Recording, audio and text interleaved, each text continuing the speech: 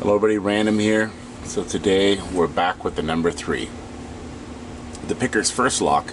Usually what you do is go buy a bunch of these, play around, and then move up from there.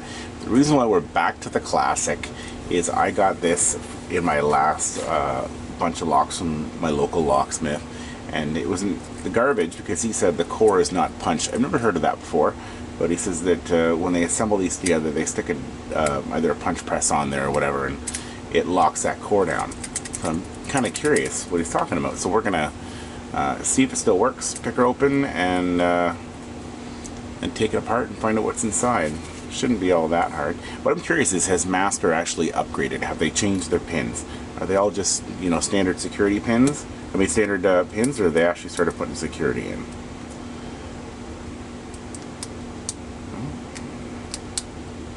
This doesn't open like that anymore, right? Does it? Used to be real easy.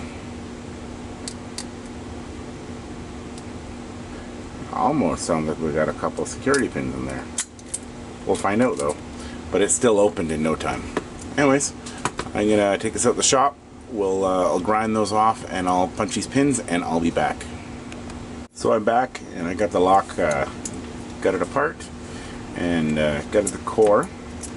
I tried to figure out what the issue is inside the lock. I don't think it's anything to do with the inside of the lock. I think it's actually what he was talking about is a punch on the outside.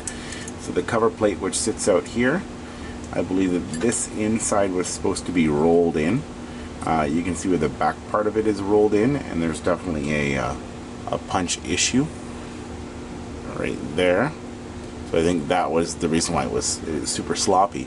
But while I had the cover off, I took the liberty of taking the core apart and seeing what's inside of it, and I was quite surprised for a Master lock.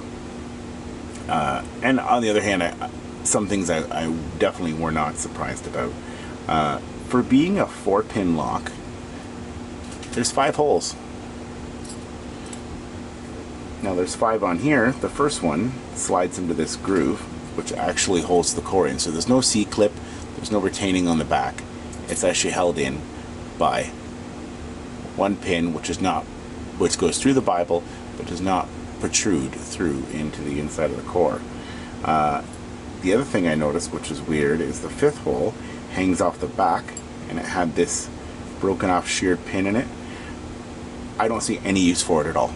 It doesn't retain the core or nothing. What I think it is this was originally a 5-pin core. It had this piece extending off the end, and you can see that the machining on this is actually slightly different than the rest of it. This was all polished and tumbled, so I think they probably chopped it off, threw it through second ops, yanked it off, made it shorter so it'll fit into this instead of just making a whole new 4-pin. Maybe that's quicker than machining the key groove through the inside. So that's that. And what I did notice is there is security pins everywhere, except no spools. But still, you know, we got some serrated pins, and that's a step up from the crap they usually put in there. So maybe Bosnia and Bill's starting to get on their nerves, so they decided to do something. But which is pretty cool, because at the end of the day, the laminated padlock like this is probably one of the most popular used locks in North America, whether it's made by Master or anybody else. So for them to actually put a good core in it would be good, but no, it's still not the greatest. It still took me, you know, less than like 40 seconds to open up a screwed up one. So yeah, and I'm sure you could probably rake this open pretty easy.